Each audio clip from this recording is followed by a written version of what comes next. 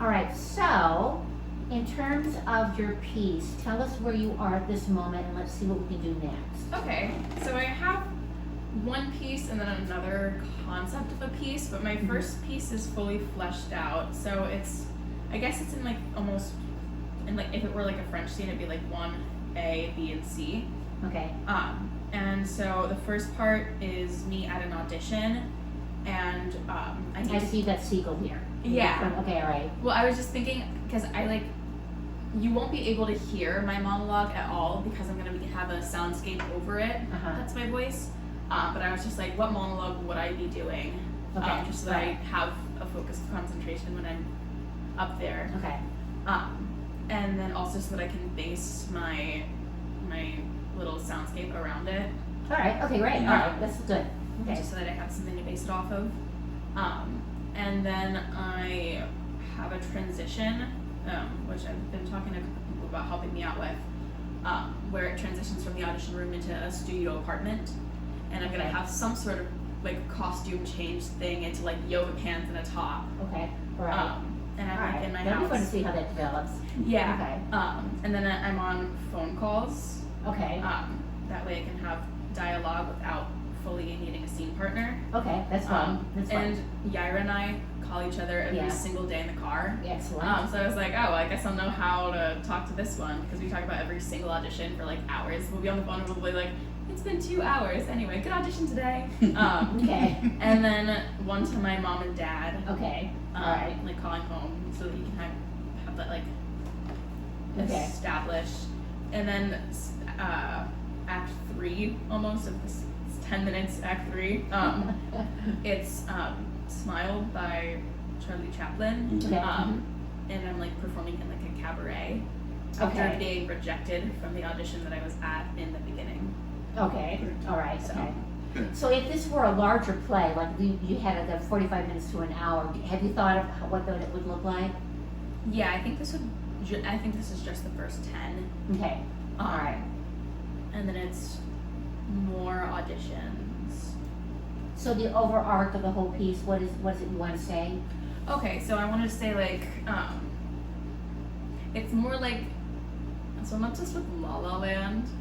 And I was like, oh my god, Emma Stone has a solo play in there. Yeah. So it's almost meta in a way, because at the end she ends up creating her own piece. Yeah. Mm-hmm. Yeah. So that would kind of be the arc of like create your own art if you can't get anything. Mm-hmm. Exactly. So that's kind of the vibe for that. Okay. All so right. do All we right. see a progression of auditions and how you perform within those and grow, or is that not the big? Well, I kind of want to do, if this is a larger piece, I almost want like a video screen to drop down and do like a montage of like cut to cut like different like screen-ins and different like pre-screens and video submissions and stuff. All right. I love it. I love it. Okay. So like that would be like a section of like flashing through those.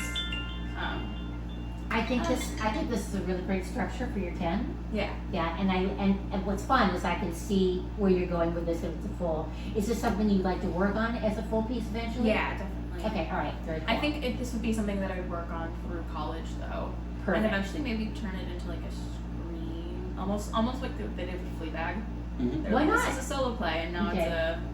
it'd probably just be a film though. Good. Who knows? Okay. And that's something that's always going to be in your head, and that's really cool. And you know that you're not going to, you don't have that. So sometimes when people see that far, it becomes overwhelming. Yeah. So, but that's not you. Let's talk about the first audition monologue. Tell me how you see it again. You see a soundscape, but what is that soundscape doing? It would be, it's me. Mm-hmm. But it's like a distorted version of my voice that's like criticizing all of the things that I'm doing. So you see me doing this monologue, and it's like, and then overhead it's like, why did you do that with your hands? Got it. Okay. Why aren't you crying right now? You cry all the time. Do it now. Okay. Oh, he's not even paying attention to you. What time is it? Do I get to go home? Like that sort of thing. Okay. Where it's very just like fun. a disaster audition and all of the things that like go on mentally. Oh, you know, Would then you know you- it would be fun then. Mhm. Yeah. Later on, as you're doing different auditions in your piece later, you know, is the mental, what I just talked about with Sally Field. Mm-hmm. So that would be one of the And things, one of her mentality. soundscapes, Right. yeah. I would also consider the soundscape over you talking. Over me? Mm-hmm. I would consider, because miming the monologue means that we have to go with what the soundscape is telling us. Right. We can't make our own discernment, so that we don't know if, the question, why am I doing that with my hands? Mhm. But it doesn't tell us anything about how you are in the Actually monologue, performing. Right, exactly. which would be much more helpful to us. Okay. And it's theater, so that there's something about that. I happen to not like miming in the background, sort of, or people without words on stage. Okay, yeah. Well, and not Like always, if though. there's There a are times topic. that does work, yeah. It does Yeah, work, right. but I'm saying I happen to dislike it Mhm. usually. Mhm. I think it's hard to pull off. Mhm. I think it is, and especially if you're alone on stage. That way too, we get to see your editor. Mm-hmm. You get to see whoever that creature is who tells you that you're not doing things right, Yeah. which nobody else has. And there's another possibility is, do you listen to your voice when you're in an audition? Do you say, why did you do your hands like that? Does that make you change your hands? It's always an interesting possibility of playing Yeah. that. Okay. And I would find a monologue that you can transform in several different ways.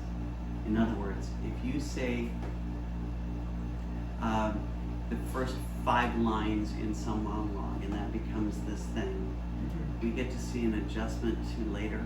Mhm. So this is that monologue that that becomes your go-to monologue. Right. Mm-hmm. But we see your maturity, and if it's a monologue that has some flexibility in it, Yeah.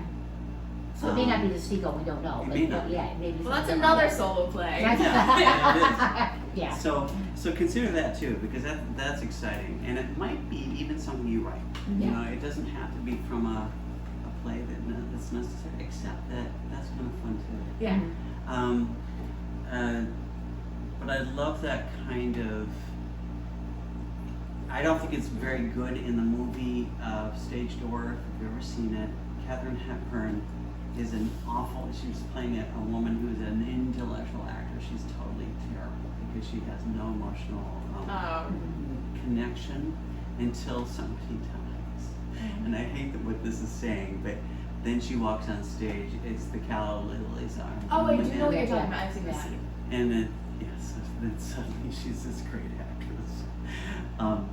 But it's. The Calla Lilies are you, And she was 20 years. Yeah. But I don't like what that says, because it says, find something personal in your life, and if somebody dies, then you'll become a great actress.